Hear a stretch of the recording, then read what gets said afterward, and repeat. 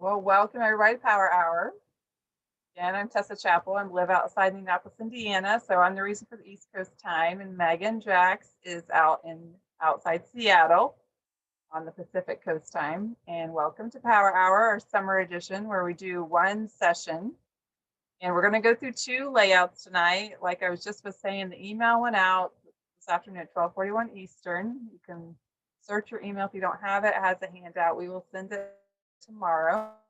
The layouts tonight are simple enough. If you don't have the handout, I promise you'll be able to follow along.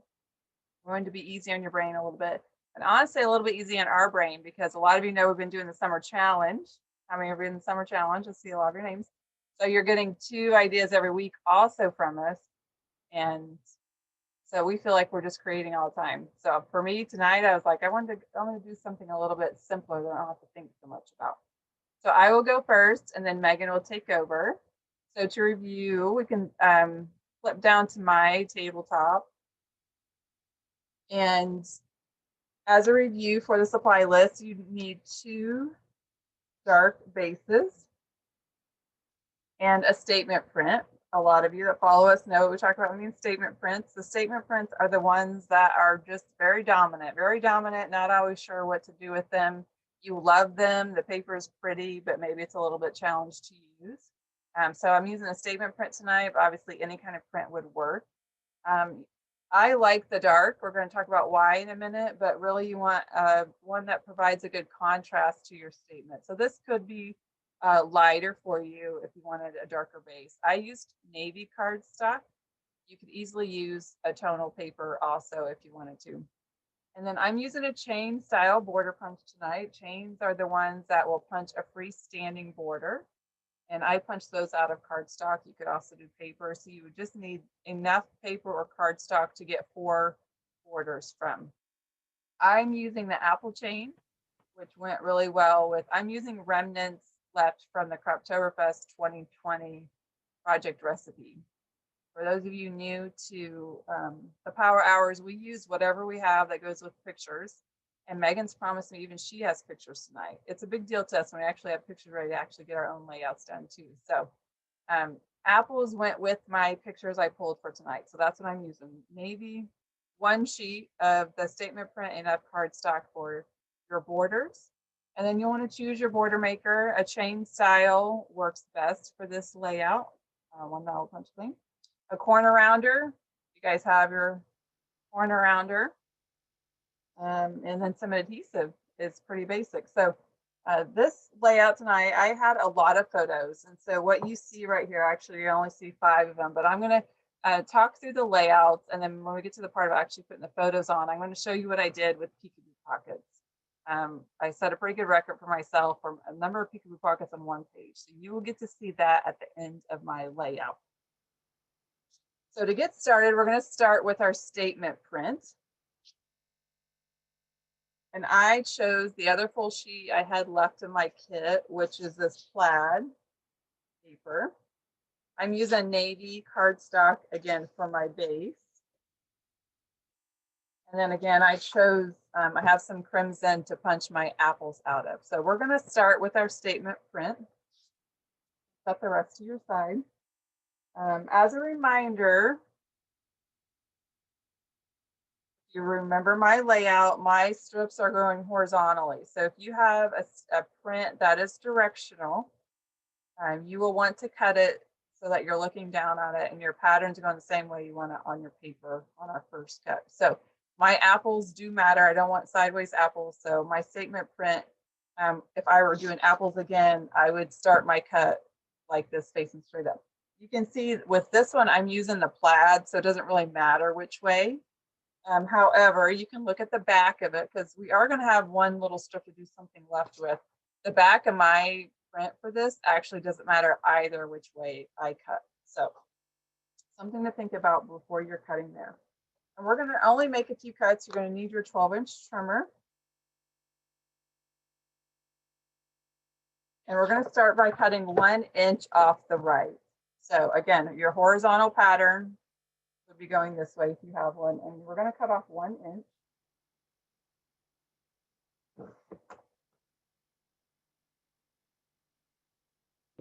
down here for those of you that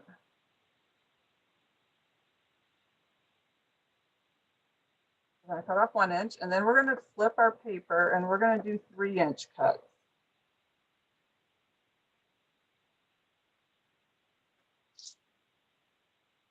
So we're going to end up with 4 3-inch cuts. They're going to be 11 inches long because we cut 1 inch off.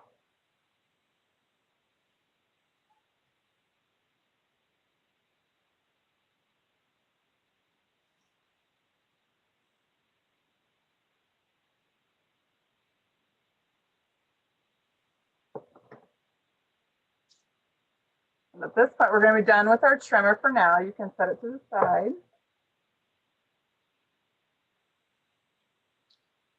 You can set your 1-inch strip off to the side. We don't need that for now. And grab your base papers. You know, and need 1, or you can use 2, and just do a visualize. So you may say, why does it matter where my strips are? It only matters if your pattern is such that, for example, when I cut these apples, you can see that there's some white in here. And some of them had maybe a little bit more white that kind of looked weird to me on the page. And so I know that my border is going to cover the bottom edging of the top one, and it's going to cover the top edging of the bottom one. And so if the way your prints cut maybe look a little funny, maybe it cut the apples in half, I didn't like that look, you could orient them on your page so that your border is going to cover one of the edges, if that makes sense. Most of the time, it probably won't matter, but I just want to point that out because you want to know where they're going to go on your page before you use your corner rounder. The only difference I have in here on my plaids are the names, so I can look and see if I care, you know, if I want one in a certain way or whatever. It doesn't matter to me for these. So once you know where they are going to be on your page, we're going to get your corner rounder, and you're going to do the top edges and the bottom edges. The top edges of the top strip, bottom edges of the bottom strip.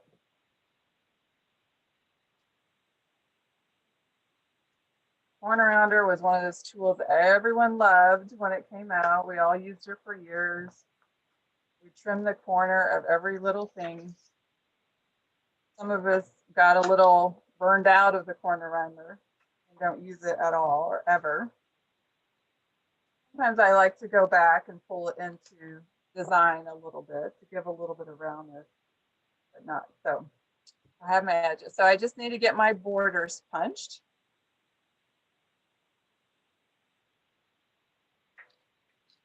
So again, I'm using the apple. It's a chain style border maker. It means it's going to punch clean. This is actually still a current border maker, so if you don't have the apples and you would like the apples, I would get it sooner than later. It's been out for almost a year, so once this reorder sells out, it won't come back. I'm going to punch 4 borders.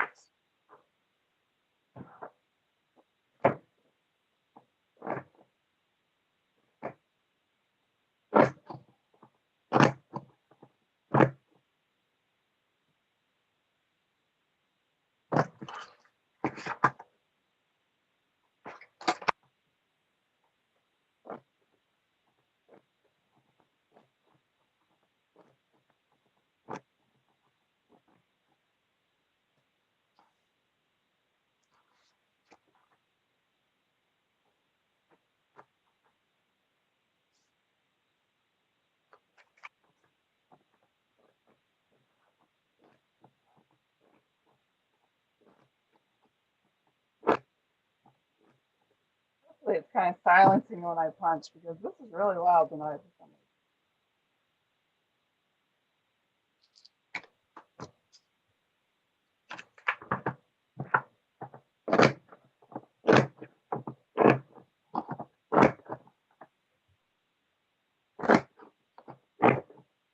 Those of you that are watching, has anybody noticed I got a border maker out with the new colors? I'm not using my old CN gray one. I decided that it was time to upgrade.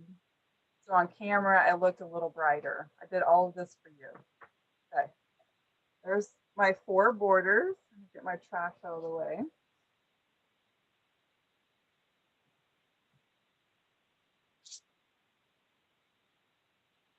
Okay, so going back to your layout, you have an option here, depending on how you want to cut your borders. So on my original layout, I did not do anything to my apples. I laid them down whole. They go edge to edge. When I adhered them, you can see they kind of go across the whole page. However, depending on what your chain style is, depending on how you want it to look, your other option is that you don't have to take your border edge to edge. If I was laying this down, you know, it's gonna look pretty similar. The other thing I could do is trim off a little bit of my border if I just wanted to have like apples on each side and not get some of those remnants. So I'm going to show that tonight. This is completely optional. It might depend on which border maker that you used. Do you want an edges design, or do you want to kind of have a whole design within your chain? So for this one, I'm going to cut around my little apples ends. I didn't want to give you a measurement for this because what you need to trim off to kind of keep your design is going to vary cartridge to cartridge. So that's going to give me just a little bit a different look. It's going to kind of center there on top of my border. Not my border, on my strip.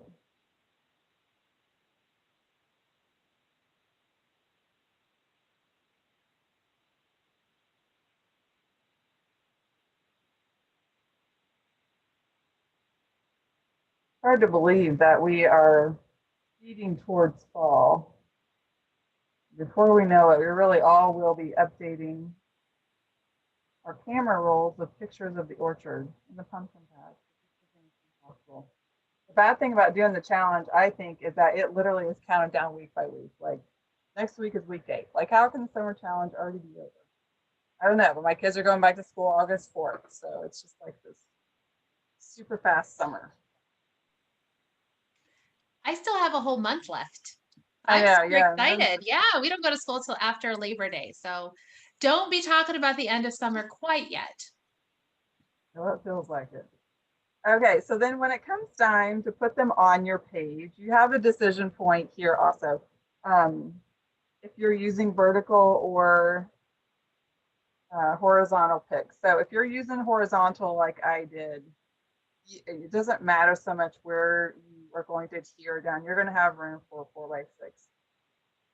If you adhere your bottom and top, so you're hugging your edge pretty well and you trim down, you could fit 4x4s in here along the way if you're cutting down to that, obviously. But you are not really going to get 4x5 is going to be kind of tight unless you are pushing up your border or you're overlapping your border. I don't mind overlapping. So in general, the reason why I'm lining this up on my 13x13 cutting mat is so that it's easy for me to replicate on the other side when I adhere.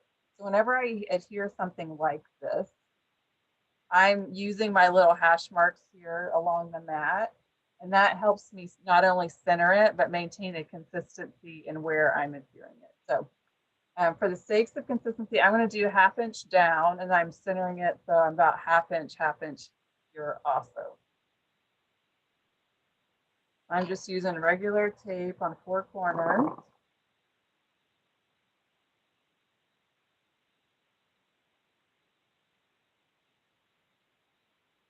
And then when you go to put down your border, the apples shows a little bit. Obviously, there's these holes in it, and I'm not going to do anything. It doesn't matter to me. That's going to show through. However, so that I'm kind of covering up my edge and hole. In the apple chain, you can see there is a little bit here that's the solid, right? The chain part. And so when I put this down on my paper, I'm going to put it down so that the edge of my paper is behind that line of the chain. I feel like it gives me a cleaner look. Now, can you still see the edge of the paper behind it? You can where some of the apple bits were punched out, but overall it creates, I feel like, more of a cohesive look in the edging. I'm going to use a repositional tape to put down the actual apple chain.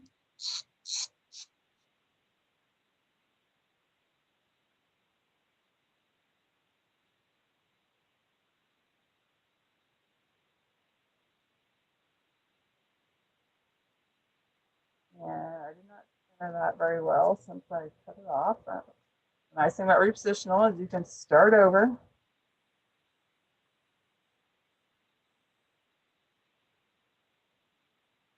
So trimming out, if you're trimming off apples like me, you're coming 3 inch from your. And so now when I do the other 4 sections, I already know what my measurement points are to line up my taping to.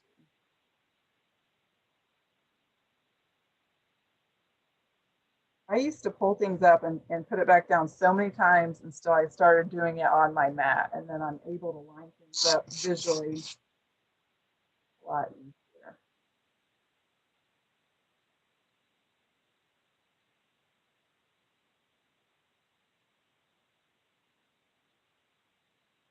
Inside.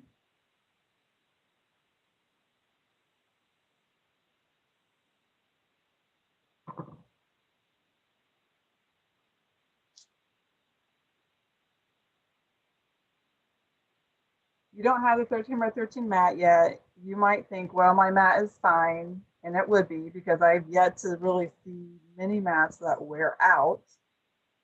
However, if you have someone you could regift it to, a grandchild, a friend, you could keep it on your workspace still, just to use for off the side.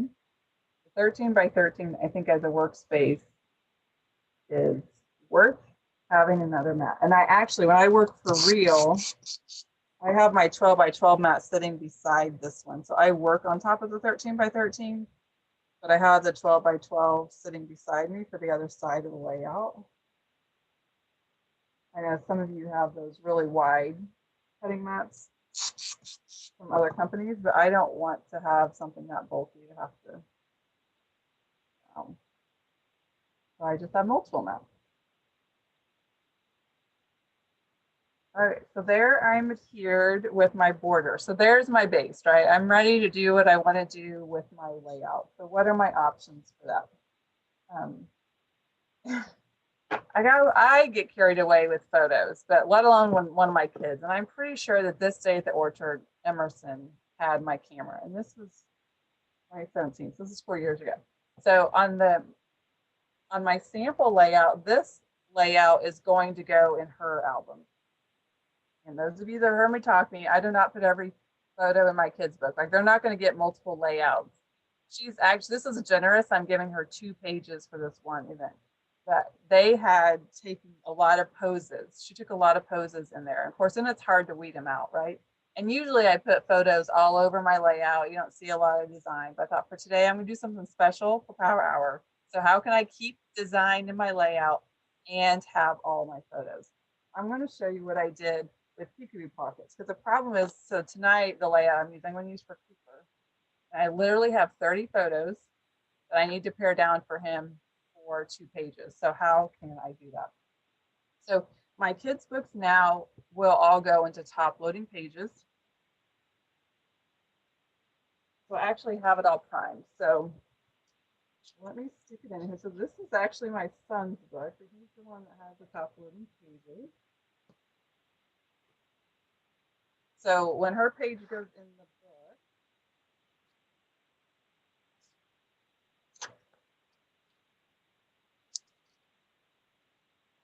get it in here while you're all watching me. This side doesn't have Peekaboo, so you don't need to see it. So I decided I'm going to have to break out the Peekaboo. So on this left side, sorry, there's going to be a little bit of a glare. It's going to be hard to avoid. I ended up using 3 Peekaboos right here. So they're all 4 by 6. I kept my horizontal. So I have her face here. I'm going to flip up and I'm able to see this one and see this one below with her sitting in the tree. I can flip this one out and I'm going to see this one. She's holding apple, but that's not enough, right? We got to have the picture with the corn stalk in front of the corn maze. And then I can still flip that one out and see her with this pose, right? Because this pose is so much different than all the other poses against the tree. And I can hear in the center, I have half one of her leaning against the tree down the lane. So I got 1, 2, 3, 4, 5, 6, 7 photos on this one side of her layout. And I still maintain the design. You can still see my paper. I'm so proud of myself. But that's not all, folks. I also did it with a journaling box. So for those of you that maybe have the mini Peekaboos from a year or two ago, or you just got the variety pack in the last mystery box, they had 4x4 Peekaboo Pockets. And so for this one, on the page that you see on the PDF, I took the picture just showing the photo over here and my journal box right here. I didn't want the glare of the plastic on the PDF photos. However, the journaling box actually slipped in here in her 4x4. And then I flip it open and I have 2 more pics that I can see here. You know, one of them's just not as cute. We were eating. So I got 9 photos just on this side of the layout with the peekaboo. So it's a fun way to do it. I will warn you that the more peekaboos you use in your book, the fatter it gets. So I overall won't save always as much space as you think, because there's one year, I should count. I used so many peekaboos in this book. It was lovely. It was so much fun, all the flipping, but then I could not fit as many pages as I usually do in there and had to get down, pare down my peekaboos. So on the other side, I didn't need to add any more photos because I peekabooed them all on this side. But I still wanted to get these 3 in. And so I debated flipping up over here, but in the end, I opted just to I cut down the 4x4s and overlap here. So I maintain the consistency of having the 4x4 size, 4x4, 4x4, and then the 4x6 out here. Now I told you you would have some options for this 1-inch piece that you cut off of your paper. For this paper that I used, it was the green side, this green paper right here. And the way I had to cut the apples meant that I cut the wrong way I would have usually to use this print. I usually would have cut so I maintain more of the stripes this way, but that wasn't an option for the apples. So I cut down a 4-inch piece here just to add on top of the 4x4 as an accent. Then it became a little spot to put my stickers for the year. And then over here, this photo was a little bit more off center than I wanted it to be. I could have trimmed some of the bottom of this. And instead, I just made this, I call it a title bar. And it's the full 6 inches of the paper. And I put the place that we're into.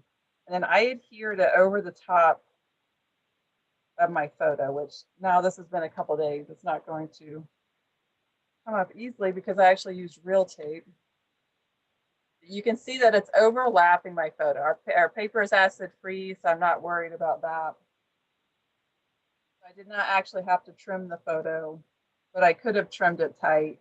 But sometimes I think when you're not quite sure what you want to trim, it's easier just to layer on top of it. That's how I was able to fit my title and the 4x6 within this space here. Any questions about peekaboos or the layout in general? Like I said, it's a pretty simple design.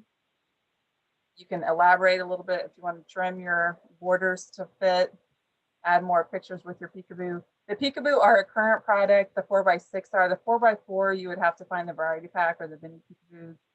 Maybe they'll come back on. So the peekaboos are on top of the protector. So like I said, oops, this is a top loading book.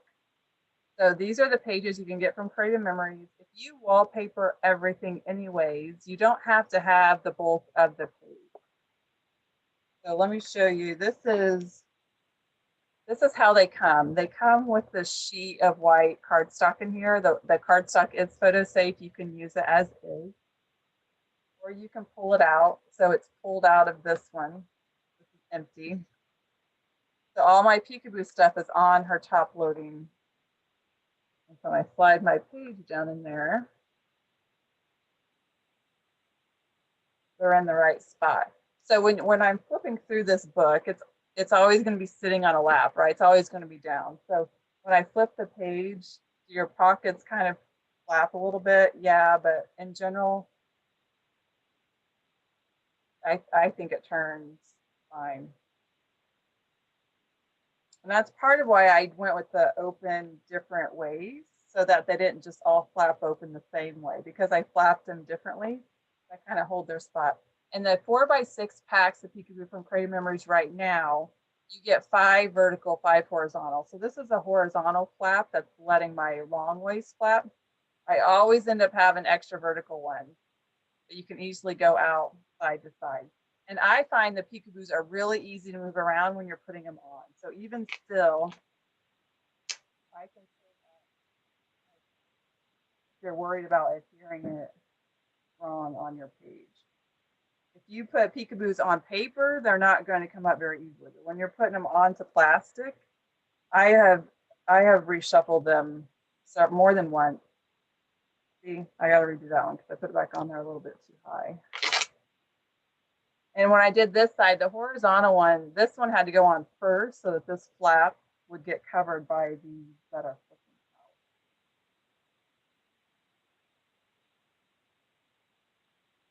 out. So 4x6 are current with Creative Memories.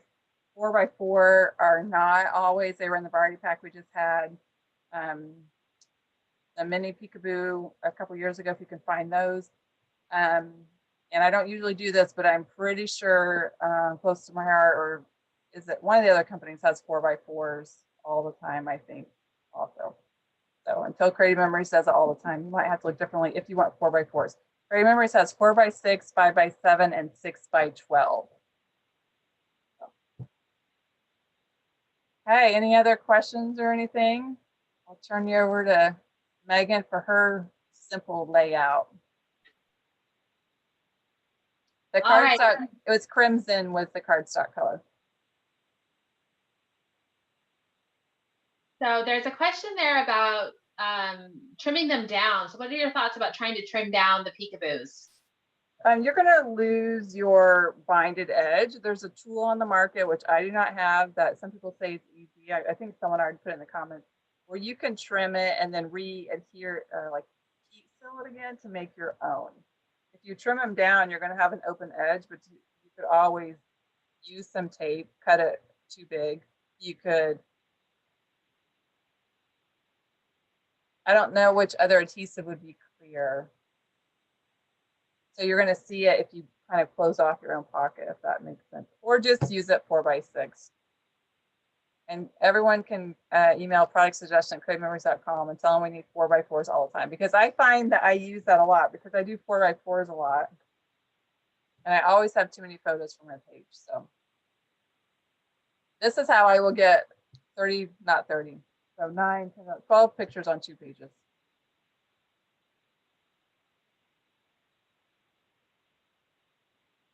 All right, so I'm going to switch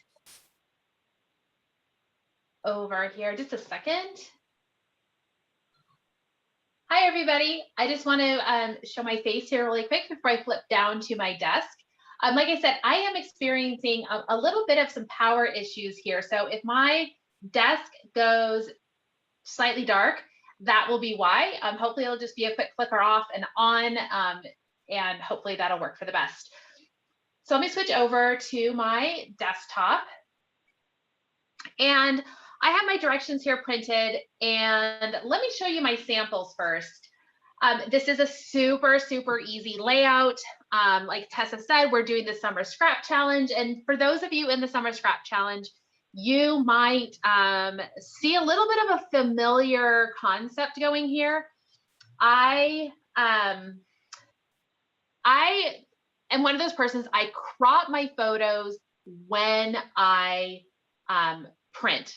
So a lot of times I can't really crop my photos down too much more. So what that gives me is a lot of basically 4x6s that I'm trying to get onto pages.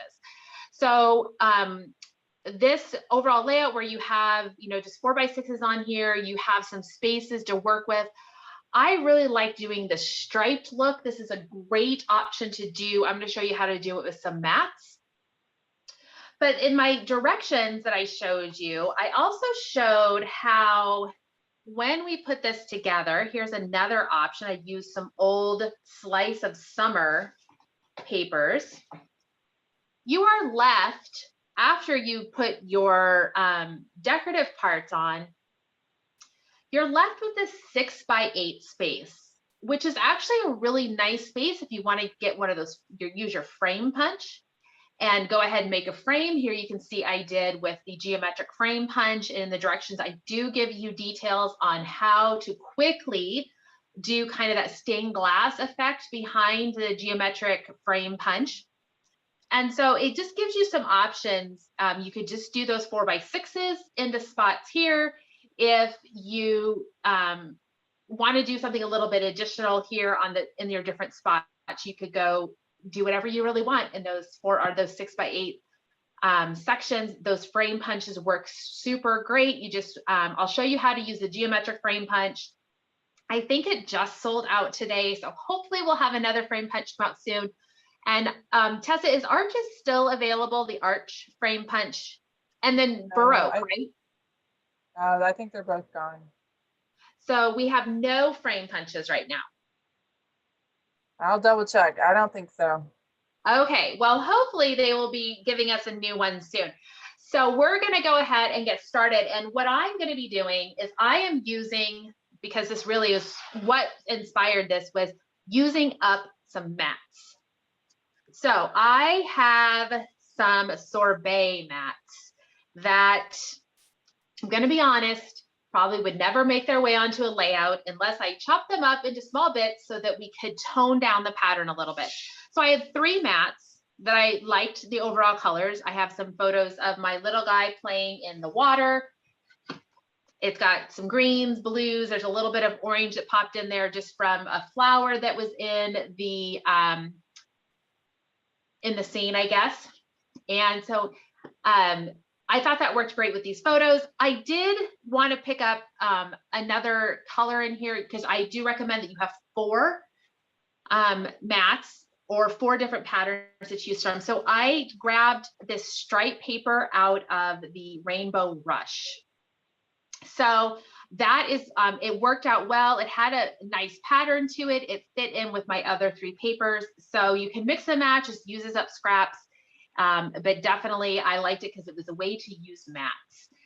So to get started with here, the mats that I'm using are the larger ones. They are 4.5 by 6.5 inches. And I will be cutting these down. You may be starting with a 4x6 mat. You may be starting with other scraps of paper. The piece of paper that I cut out of Rainbow Rush is actually cut to, in the directions, I talk about the minimum size you're going to want is a 6 wide by 3 3/4 inch tall. So if you're cutting paper down from a larger sheet, cutting it to that 6 wide by 3 3/4 is going to be the minimum size you're going to want to start with. Otherwise, working with those mats where they're already at the 4x6 or the 4.5x6 is a great option. So I'm going to go ahead and start cutting my mats down to size. There's 3 sizes we're going to want to have. We're going to have a 1 3/4 inch strip. We'll have a 1 1/4 inch strip, and then you'll want a 3/4 inch strip. So I'm going to, I'll just real quickly cut the one here. I'm 6 inches on my length. I am 3 3/4 inch wide, so I'm going to be able to cut these just perfect. So I'm going to start with my widest cut first. So the 1 3/4 inch all the way over here on my left side, or excuse me, the right side is 1 3/4. And I will go ahead, I've got my straight blade in, and I will cut. I'm just going to set these off to the side. And then my next one, I'm going to just move it over so that I have this 1 1/4 on this side. That way, when I cut, I can hold it here on the left side. And that's going to leave me with my 3/4 inch strip and my 1 1/4. So these strips, depending on the size that you start with, your cuts may be a little bit, may not be able to follow my cuts exactly because I started off here with something that was 3 1/4 inch wide or 3 3/4. This next one is 4.5 by 6.5. So what I'm going to do is I'm going to go ahead initially and I'm going to take it down to 6 inches. I'm going to trim this mat back down to 6 inches. And I'll rotate and I'm going to make those other cuts. So my first one is going to be 1 3/4. And then I'm going to push over here to 1 1/4 inch.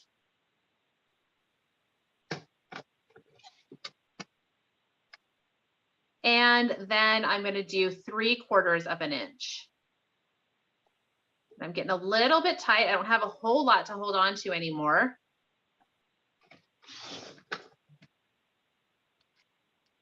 And I'll have some scraps left over. I'm just going to set those aside from my mats since I'm using the larger size mats. And I'll just repeat.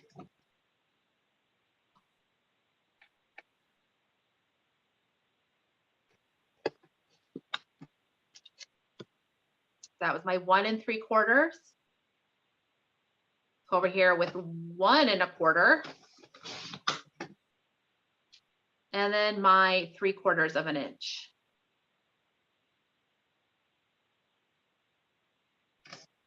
Now, when you're doing these, talking about directional patterns, some of this you do kind of have to pay attention to how you plan to orient your photos. I'm going to take a real quick peek here at this sample. So you can see in my sample here that I list in the layout, I show using some horizontal photos and some vertical photos.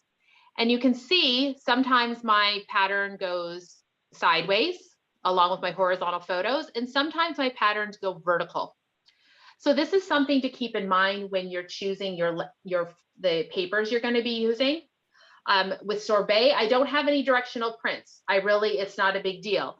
With my slice of summer samples, you can see here, sort of, maybe, there's some watermelons. So my watermelons are tipped to the side where I'm using them with vertical.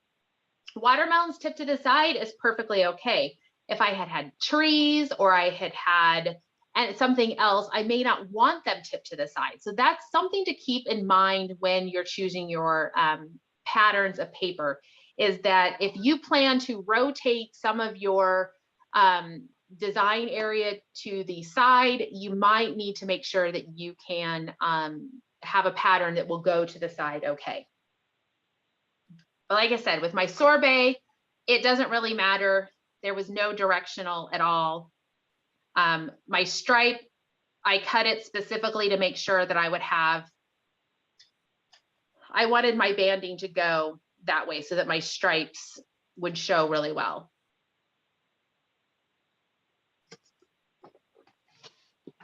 So I'm going to do this last mat here.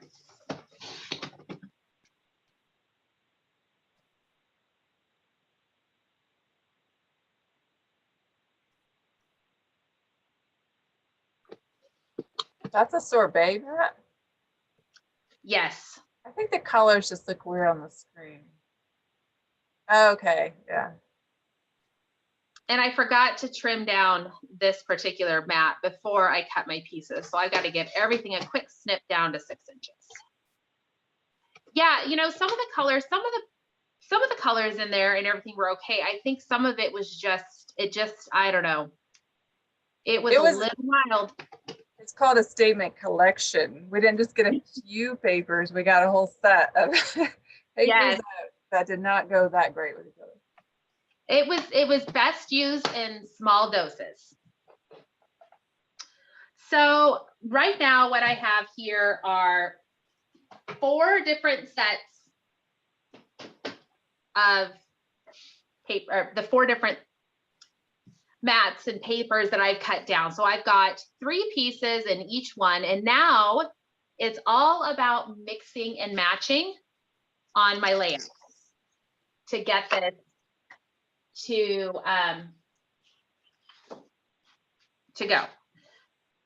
So I am going to be, all of my photos are vertical. So this layout actually works really well for me because all of my photos are vertical. And so I'm just going to work on things being vertical on here. So they're going to be I usually just start laying things out. I'm gonna use my wider pieces. I have my wider pieces on the outside edge. So I can just start putting them down. And I'll mix and match and rearrange once I get things kind of going. So you can see here, then I will leave about 1/8 of an inch of space between them. And I can tell sometimes it's about spacing out the patterns of what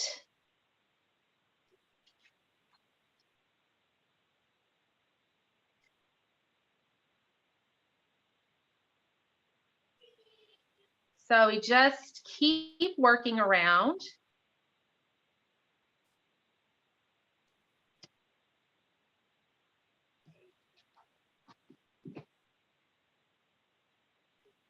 And I'm just looking here for balance to figure out what do I like. I don't want to have 2 of any one pattern in one grouping, but I don't know that I like the green up there.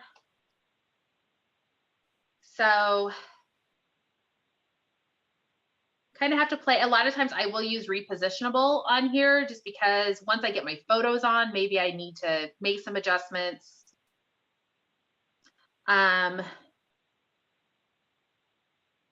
Sometimes I take too long to figure out exactly what I want to do with it. So I'm not going to stress this out too much. You can move it around, play with it as you want. I'm thinking that this particular orientation for me is going to work out just fine. So I'm going to start showing you how I would adhere these in place. I'm going to be using my 13 by 13 mat with my grid, as Tessa has mentioned. And the reason I'm going to be using that is because I want to make sure when I'm putting my pieces on here, I don't go past 8 inches, or excuse me, I don't want to go past 4 inches wide. So in this lower right-hand corner, that's over here to 8 inches. It's 8 to 12 inches. So I'm going to be making sure that this skinnier piece doesn't go past 8 inches. So I'm going to go ahead and use my adhesive.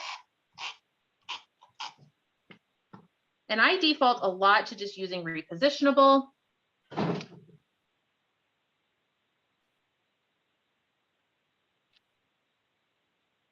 Were you guys able to hear that herd of elephants that just went out my front door?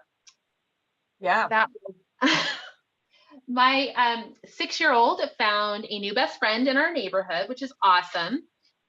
But they sound like a herd of elephants coming in and out of the house. And the front door is right by my room here.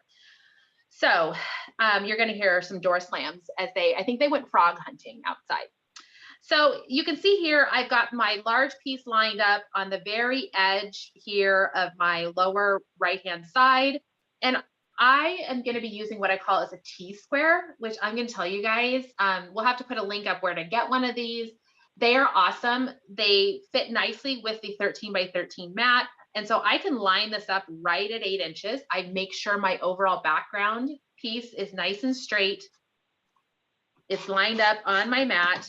I got this at 8 inches. Now I'm going to do is I'm going to slide this in, make sure I'm aligned at the bottom. I'm pushing up against my T-square, and that is now lined up there nice and straight.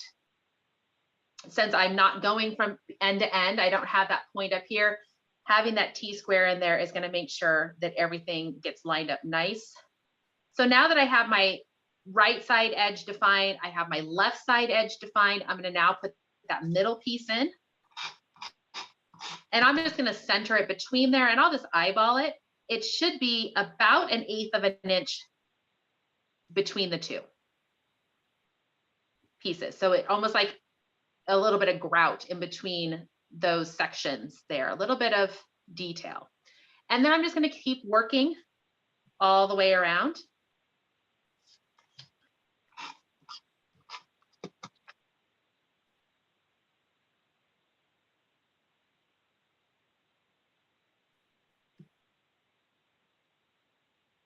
And when Tessa was talking about the top loading pages, what was really nice here is that if I have I use top loading pages, and I basically have an endless supply of white cardstock.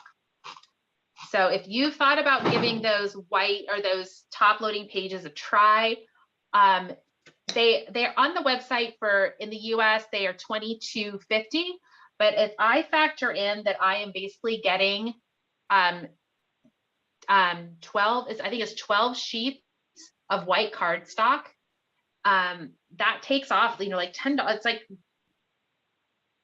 a whole pack of white cardstock plus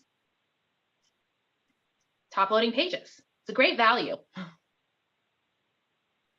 Yeah, at least $12.50. You get, well, no. Yeah. It's 12 a pack. It would be, because we get 10, each piece is maybe like $10 for the pages and $12 for the cardstock. There's 12 pieces of cardstock. I don't know. It's a great bargain if you ask me. So it's one of my favorite things. I really do like that. Wouldn't it be great if they put Spargo or block in there? Yeah. Let's customize our inserts. Yeah, that would be great if those are the colors, or even, yes, if that was, because I know I have a lot of customers that they like those Spargo and that natural as a neutral base to start with, and that would be great. I would like to see Spargo and natural in our actual pages, not just that lined paper that is kind of the same color, but not really. I would love to see pages without the jeeping basically be available. I think everybody should put that idea forward. I think so. We're going to have a whole list that we start and share, and we'll share that email address in the group. So popular. Yeah, we'll be so popular. We'll send that in, and they can get a whole slew of emails with our wish list after our power hours.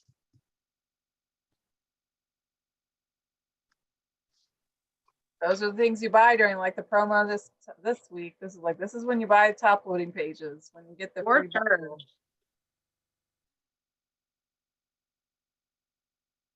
And I like top loading pages too. I am terribly disorganized with my albums. I don't scrapbook in order. So I have what I call holding albums. So I can work on things like the virtual crop, our summer scrapbook, and I just grab photos that I love, that I'm excited to work on. I make pages that I love using the collections that I have that I can grab at my fingertips. So it might be something current, might be something old, it just goes. And then I just throw them all into top loading pages, into my holding albums, and I can flip through them. I can enjoy them until I'm ready to get down to the nitty gritty of organizing an album. And so it works out really well. My kids can then look through them. I can look through them. What converted me on the kids' book is I could stop stressing about missing something in the kids' book, like the memorabilia or pictures out of order. But it took me a minute to get over that chronological only on the page mentality. But I've been doing this for half my life. So. Can I ask a question? Sure. Do you use both sides of the white card that go in the slipping pages? Or do you use a white sheet therefore twice? I take out the white sheet and use it as cardstock. I do not worry about using the back side of my cardstock because that would require a lot of organization that I don't have. That's just why I was asking. I wondered if you put two pieces in then in the end. Yes. Okay. I do put in cardstock back to back. There'll be two different types of cardstock, or maybe one layout has cardstock, another one has a decorative paper that I use that goes on the back side of it. So there's plenty of room inside that top loading page. If you put two pieces of cardstock in there with various pictures and embellishments, it'll be just fine. Yeah, because I agree, doing two sides of one page is kind of confusing at times. If I could do that, then I'd be able to scrapbook right on the page. And that's not, but there are people who do, they can do an order and they want to be able to use both sides of the decorative paper. I was doing that with the pages this weekend. I wanted to put it into the pages straight away so I didn't just have a box of pages in a box somewhere. And I'll tell you, it's been the hardest weekend I have spent. It does. I'm still not finished. It takes a lot of a concentration. Organization. Yes. Yeah. Yes. So yeah. Here we go. I got the basic stuff done here. And so my photos, I probably will go ahead and trim down my photos ever so slightly, so that they're not gonna, I will leave a little bit of white around each one of them, but you can see as I put these in here, and honestly, they're just like Tessa mentioned, like you have a lot of poses of basically the same thing and you can't decide not to put them in here. My little guy had so much fun filling up the pool, and he's slightly crazy and makes the funniest faces. So there's, in general, I'll do a little bit of additional embellishment here to kind of get that all cleaned up. But what I'm going to do is I'm going to really quickly, hopefully walk you through the directions that I have in the, on the PDF for doing that with the geometric frame print. Because hey, if we sold out that geometric frame print, that means quite a few of you probably have it. So we'll go ahead and do that real quick, and I'll just make sure that you guys have all those details. So the since I'm using these colors, I went ahead and I have a navy piece of paper of cardstock that I cut to an 8x6. The frame punches, if you're going to do a frame all the way around, you need to work in even numbers. So a 4x4, a 6x6, 8x8, or 8x6, 4x6. You need to make sure you're working with an even number. So I'm going to grab, I have my frame punch here. And the big difference for the frame punch that you'll see compared to some of our other ones is you're going to see a silver line right through the middle of the design on the wing. And that's where you're going to line your paper up. If you're using the frame, if you're wanting to make a frame with it, you start off lining up on that silver line. And I'll go ahead and punch. And since I have 8 inches here, I can do it 3 times. In fact, because I'm going to come over here and you'll see the silver line show up on the other side. And then that tells me it's time to rotate. And I just start lining up that corner there on that silver line. And you can see it just turns the corner so well. It is spaced just perfectly to turn that corner. And you keep just working around. If you need step-by-step instructions, they are on the, I think the website has them. I know they're in the catalog.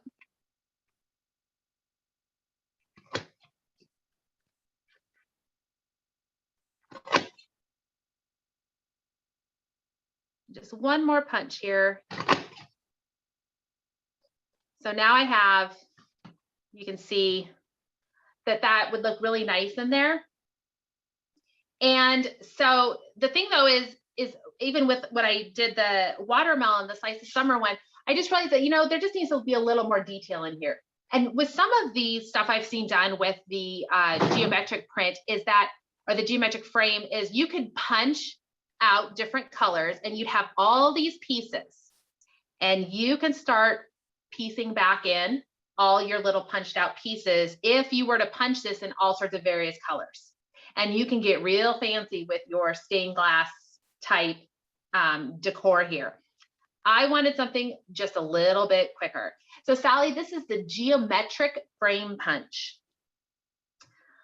So my quick and simple solution for this was, we're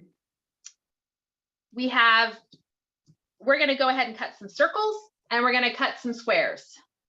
So the circles we're gonna cut, and I'm not gonna do all 5 of them. I'm just gonna do a couple here just to show you real quick how it goes.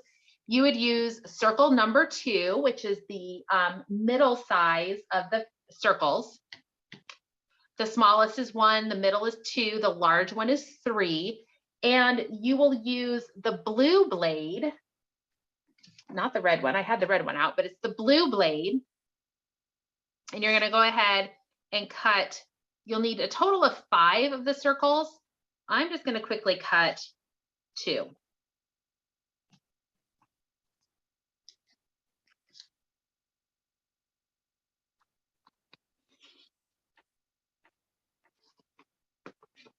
And I'm also gonna need some 1.25 inch squares.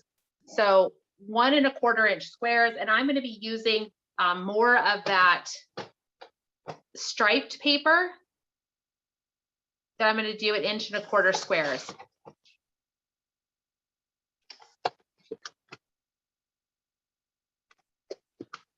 So I'm just going to do a couple.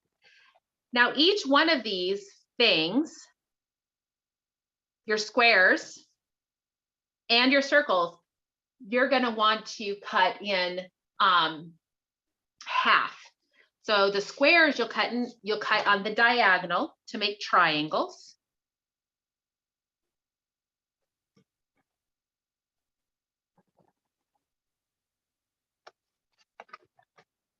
So I just have 2 of them that I need to cut.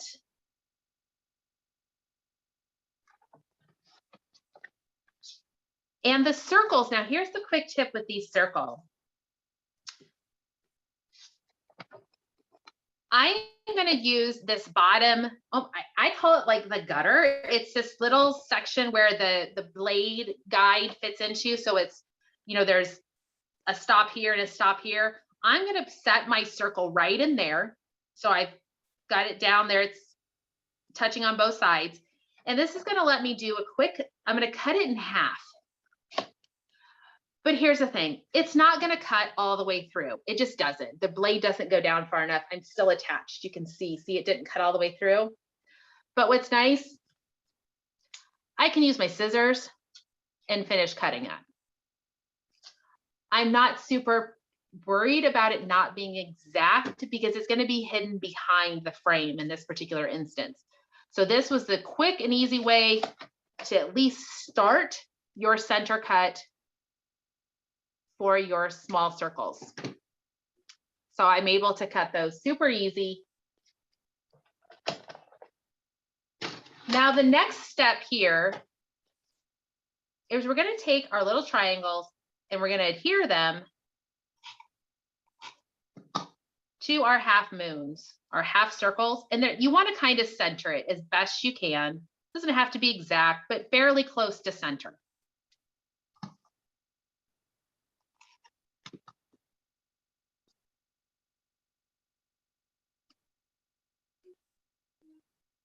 So these circles are 1 7/8.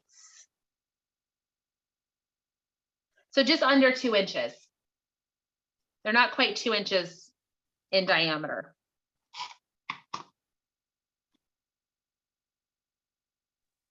So the circle, the creative memory circle color can't go that small, but if you use a different style, you would be able to dial it into a little, to that 1 7/8. So now we have a few of those done. The trick to adhering these quickly is to work from the back side. So when I punch on cardstock, there usually is a little bit of a front and a back. I don't know if you guys have noticed that with your punches, is it does leave just a little bit of an edge on that paper. So that's what I'm considering my back side. I can round my hand here and I can feel that ever so slightly rough edge. And that's where I want to make sure that that's my side that's up. This is the back side of my frame. And I'm going to just be applying repositionable adhesive along the framework part here. So I have 4 pieces to put on. So now what I'm going to do is I will put these on and I'm going to leave a little bit of that navy frame showing through, and you'll be able to see. I can check the back side and it looks pretty good. I can see my pieces there. I don't have other things sticking out that shouldn't. So I would just keep working my way around. Using repositionable adhesive, if you need to make adjustments, you can do that. So like I say in the directions, if you want to back your geometric frame punch this way, you would need to cut 5 circles and 5 1 1/4 inch squares. Cut them in half, attach as shown. And you can see how that would start to kind of go around there. So that would be a lot of fun for this print. Then I would be able to do is I would cut down the geometric frame print punch when it makes the space that it leaves is not quite a 4x6. It is, you're going to want to use like a 3.5 by 5.5 inch photo. So I would see if I could trim one of these down. And you can see that would be pretty fun in there. Something a little bit different, a little bit exciting to go with this super exciting paper. So are there any other questions? I went over by 4 minutes. So are there any questions that I can answer for anybody?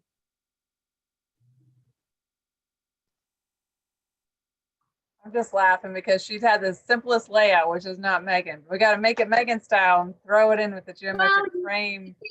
Two sizes of shapes cut in half.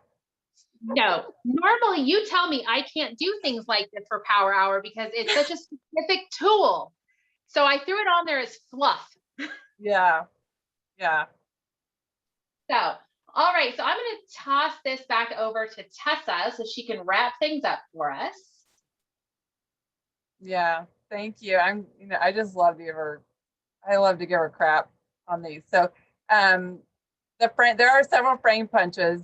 I don't think any of them would be as easy to back because they don't have a circle base. Petal frame was one of the easier ones, easy, quote unquote, to backfill because it punched out pretty large pieces. And so with different colors, you could fill those in. But so a lot of you are already parts of our ideas and inspiration group. So you know the drill. We want to see what you make. So go into the ideas group and post that. If you're not already a member, the link will come out tomorrow and you can post there.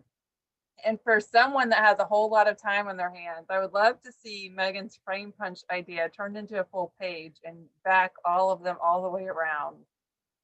Someone can do it. And I'll send you a prize if you tag me. So I don't know how big that would be. It'd probably be like 6 on each side. So 36 or 36 of those. You want them to punch a 12 by 12? Yeah, the 12 by 12 frame. How many half circles and triangles would they have to do? I don't know. The first person to post it in the ideas group, make it, post it, tag me, I'll send you a prize. Because I want to see who has that much time in their hands. Because I'm going to tell you this, folks, I'll never do that. It's super quick. I promise. Anybody who does it won't. You'll be surprised because you probably need 10 circles and 10 squares and cut them in half and go to town. We're going to find it. Someone on here is going to do the challenge. We'll see who it is. Okay. Well, thank you all. So yeah, post your pages in the ideas group. Tomorrow you will get the recordings and the PDF handout again to the email. If you don't see the email from us, then search your email for either my name or hers. Like I said, sometimes they just get hidden and need help popping up. We come out of MailChimp. So if you know MailChimp will filter you. I don't know how you found us today because both of those emails came out of MailChimp. But you can email us at meganandtess@gmail.com. If you want part of the Summer Scrap Challenge, it's not over. We have one more week. I think the ideas and watching everyone else do all of their layouts has been super fun and so impressive. Some of us are going to exceed our goals and some of us are not going to meet our goals, but it's still been a fun summer. So we'll enjoy that. The next Power Hour is August 17th. Again, it will be 8 p.m. Eastern, same drill as tonight. You can join us all then, invite your friends, scrapbook the summer away. So was that everything? Did I forget anything? I think we're good. I can't think of anything else. So we'll get that link up for you guys for the T-square reference. And yeah, we should be good. All right. Well, thanks for all joining us, everybody. I'm happy to see your faces. It's so fun to see all of you. Pam, join the next Power Hour is going to be August 17th. And guys, just in case you haven't already seen it, we do have the Creative Life scrapbooking. Is coming up Friday next week. It's the 30th. It's going to be a lot of fun. If you can't make that night, you guys know we're going to have some awesome PDFs, great ideas. It'll be available all throughout August. So we hope you can join us and have some great inspiration there too. Yeah, those will be in the event. So tomorrow, August event will get scheduled. The Power Hour gets scheduled, and other events under both of our pages. You can find the PJ Party. So if you're not familiar with the PJ Party, it's like Power Hour, except you actually get a whole hour for one layout. Each designer goes through their video or handout, and then you get to PDF, and it's $20. So pretty good deal for that. All right, thank you guys. We'll see you Thanks, next everybody. time. Thank you. Thanks, ladies. Thank you. Thank you. Thank you. Thank you. Ladies.